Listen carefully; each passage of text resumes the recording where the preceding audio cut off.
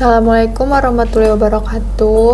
Kami dari kelompok 8 ingin mempresentasikan tentang materi kami yang berjudul pendekatan yang digunakan dalam psikologi klinis. Kami beranggotakan 5 orang, yaitu saya sendiri, Firza Ramadhani Yarningrum, selanjutnya ada Dinar Ismail, lalu ada Indrianto, lalu ada Dimas Guntur Wicaksono, dan yang terakhir ada Diko Bandarison. Next.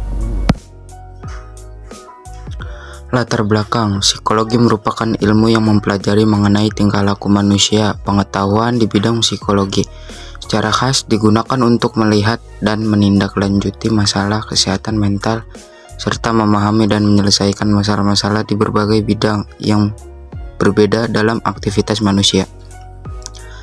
Salah satu contoh dalam hal ini adalah konseling yang dapat dilakukan di sekolah, keluarga, maupun perusahaan. Salah satu bidang kajian dari psikologi adalah psikologi klinis.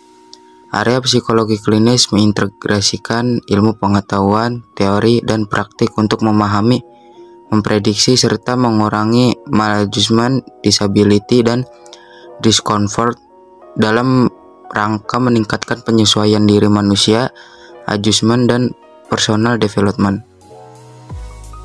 Rumusan masalah. Berdasarkan latar belakang yang telah diuraikan di atas, maka masalah utama yang dirumuskan dalam makalah ini yaitu 1. Apa itu penjelasan tentang psikologi klinis kontemporer? 2. Bagaimana aktivitas yang dilakukan saat asesmen dan diagnosis serta penyusunan rencana intervensi? 3. Bagaimana peran psikoedukasi dalam psikologi klinis? Di Indonesia, pendekatan perilaku sudah dilaksanakan oleh orang Jawa, yaitu dengan istilah kendali stimulus. Contohnya yaitu melipat tangan di depan perut bila ada acara formal atau di depan orang yang dihormati. Sebelum menerapkan terapi perilaku atau modifikasi perilaku, diperlukan asesmen atau pengiraan lebih dahulu. Pertama kali harus ditentukan perilaku yang akan diubah. Untuk itu perlu ditentukan definisi operasional perilaku tersebut. Sebelum menerapkan terapi perilaku atau modifikasi perilaku, diperlukan asesmen atau pengiraan lebih dahulu. Pertama kali harus ditentukan perilaku yang akan diubah. Untuk itu perlu ditentukan definisi operasional perilaku tersebut. Psikologi klinis kontemporer. Studi ilmiah tentang perilaku manusia dan proses mental menggunakan teori, metode, dan pendekatan terkini. Ini mencakup berbagai bidang seperti psikologi kognitif, psikologi sosial, psikologi perkembangan, psikologi klinis, dan ilmu saraf. Psikologi kontemporer melakukan penelitian, menerapkan prinsip-prinsip untuk memahami dan memecahkan masalah dunia nyata, serta meningkatkan kesehatan dan kesejahteraan mental. Mereka mungkin mempelajari topik seperti persepsi, ingatan, emosi, kepribadian, motivasi, dan psikopatologi. Menggunakan metode empiris untuk mengumpulkan data dan mengembangkan teori dan intervensi berbasis bukti. Macam-macam pendekatan dalam psikologi klinis. Pendekatan dalam psikologi kontemporer. Berikut macam-macam pendekatan dalam psikologi kontemporer. 1. Psikologi kognitif. Psikologi kognitif adalah bidang yang berfokus pada studi tentang proses mental, termasuk bagaimana orang memandang, berpikir, menalar, memecahkan masalah, dan mengingat informasi. Psikolog menggunakan metode eksperimental untuk menyelidiki bagaimana proses kognitif bekerja, seperti mempelajari pengkodean dan pengambilan memori, pengambilan keputusan, pemrosesan bahasa, dan perhatian. Psikologi perilaku. Psikologi perilaku juga dikenal sebagai behaviorisme, menekankan peran perilaku yang dapat diamati dalam memahami perilaku manusia. Psikolog mempelajari bagaimana perilaku dipelajari, dibentuk, dan dimodifikasi lalu melalui pengondisian, penguatan, dan hukuman.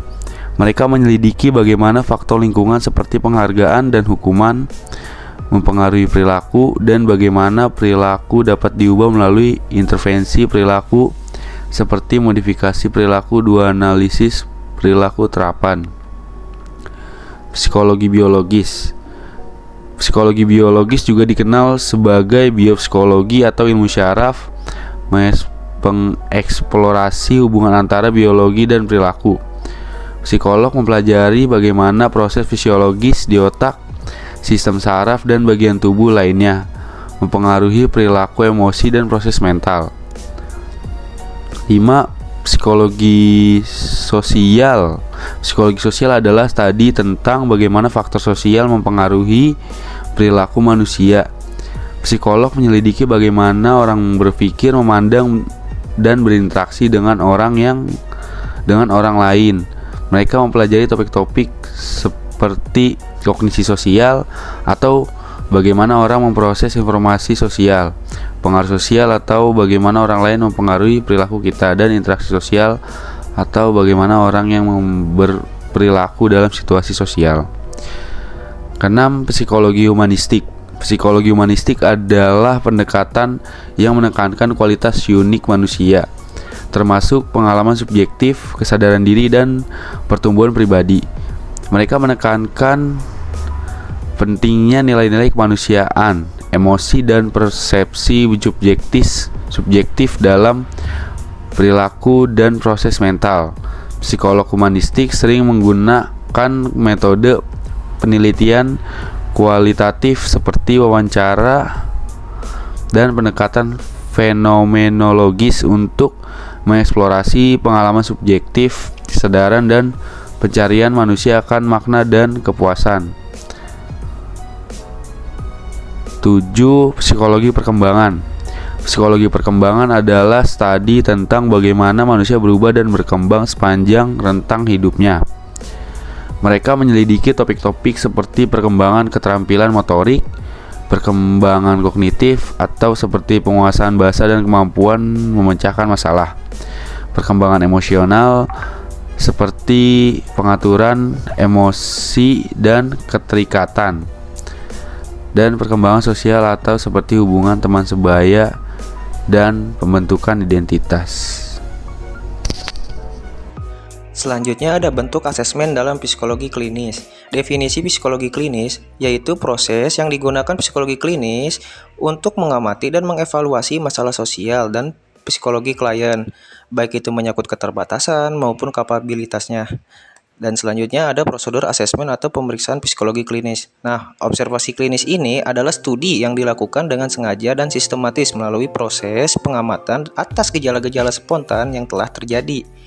Observasi dapat dikategorikan ke dalam asesmen perilaku karena beberapa bentuk observasi yang dapat digunakan atau dilakukan oleh psikologi klinis dalam melakukan pengamatan pada klien.